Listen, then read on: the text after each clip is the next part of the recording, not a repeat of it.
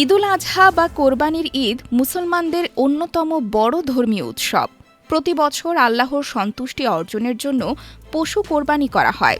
তবে অনেকের মনে প্রশ্ন থাকে, ঋণ করে কোরবানি দেওয়া যাবে কিনা এবং কার উপর কোরবানি ওয়াজিব হয়।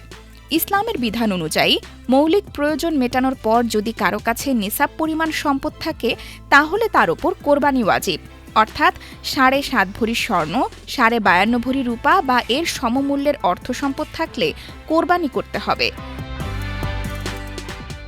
ঢাকা বিশ্ববিদ্যালয়ের ইসলামিক স্টাডিজ বিভাগের অধ্যাপক মোহাম্মদ আব্দুর রশিদ বলেন, যে সম্পদ থাকলে জাকাত ওয়াজিব হয়, সেই ধরনের সম্পদ থাকলে কোরবানিও ওয়াজিব হয়। ইসলামী গবেষকদের মতে, যাদের ওপর কোরবানি ওয়াজিব তারা ইচ্ছাকৃতভাবে কোরবানি না করলে গুনাহগার হবেন, তবে যাদের সামর্থ্য নেই তাদের জন্য কোরবানি বাধ্যতামূলক নয়। ঋণ করে কোরবানি প্রসঙ্গে অধ্যাপক রশিদ বলেন, কেউ যদি কোরবানির শর্ত পূরণের পর সাময়িক অর্থ সংকটে ঋণ নিয়ে কোরবানি করেন, তাহলে তার কোরবানি সহি হবে। তবে ঋণ পরিশোধের সক্ষমতা থাকতে হবে।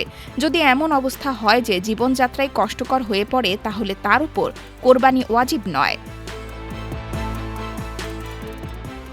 তিনি আরও বলেন, অনেক ব্যবসায়ী বা ধনী ব্যক্তি বিভিন্ন কাজে ব্যাংক ঋণ নেন, কিন্তু ঋণ থাকার পরও যদি নিসাব পরিমাণ সম্পদ থাকে, তাহলে তার উপর কোরবানি ওয়াজিব হবে।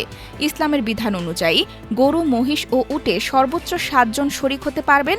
ছাগল, ভেড়া বা দুম্বা একজনের নামেই কোরবানি দিতে হবে। পরিবারের একাধিক সদস্য নিসাবের মালিক হলে প্রত্যেকের ওপর আলাদাভাবে কোরবানি ওয়াজিব হবে।